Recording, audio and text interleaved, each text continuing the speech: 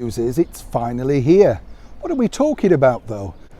Hi, good morning, Neil Sean here in the very heart of Yorkshire today. Nice to see you. Thank you as ever for your company. Welcome one and all brand new subscribers to the channel. Truly nice to see you. And as ever, do get involved. We are a very close community here.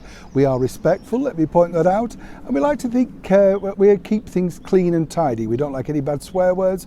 You get the picture. We're a nice, friendly community. But back as ever to your breaking royal story of the day. What's interesting about this particular story, I don't know if you saw this, but as we now know, Meghan Markle, the former cable TV actress, sometime the Duchess of Sussex, has decided to release a trailer for a forthcoming Spotify podcast. Bet they must be thrilled having spent so much money. And have you noticed also that once again, even though titles mean nothing to this former Duchess, she's always billed as Meghan, Duchess of Sussex. If she was so powerful and so sure that people would want to tune in, why not simply just say Meghan Markle or Meghan's podcast?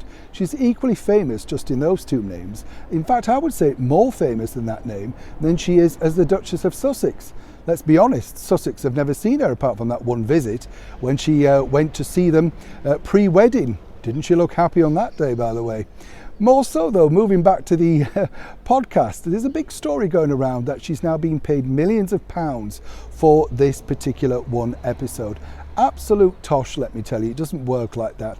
The way these audio giants work is simply they gave you an advance for your production team, and there's a big production team.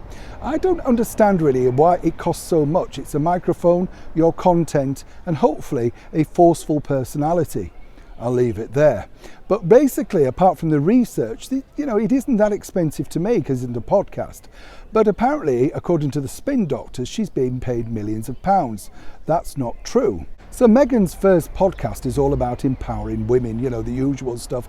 Not like it's not been done before, and some might say even better by other people. As I said to you before, I think she's a little late to the party. But now they're scouting around for international women of power and empowerment for her to interview. Oh yes, there's a series, it's not just a one-off. I did like this particular offer though from one of her nemesis who basically decided that he wanted to offer his services should she need the publicity and more importantly the ratings. Oh yes, none other than the former president of the United States, Donald Trump, said he'd be more than willing to sit down with Meghan to discuss, world topics. That should be interesting. But on a serious note, you would have thought that she might have looked towards former first ladies, given her inkling that she'd like to be a first lady herself at some point. Wouldn't that now simply make more interesting topics? And we are told that Melania Trump would be interested. I think that would definitely be a ratings hit. I won't charge you for that, Spotify.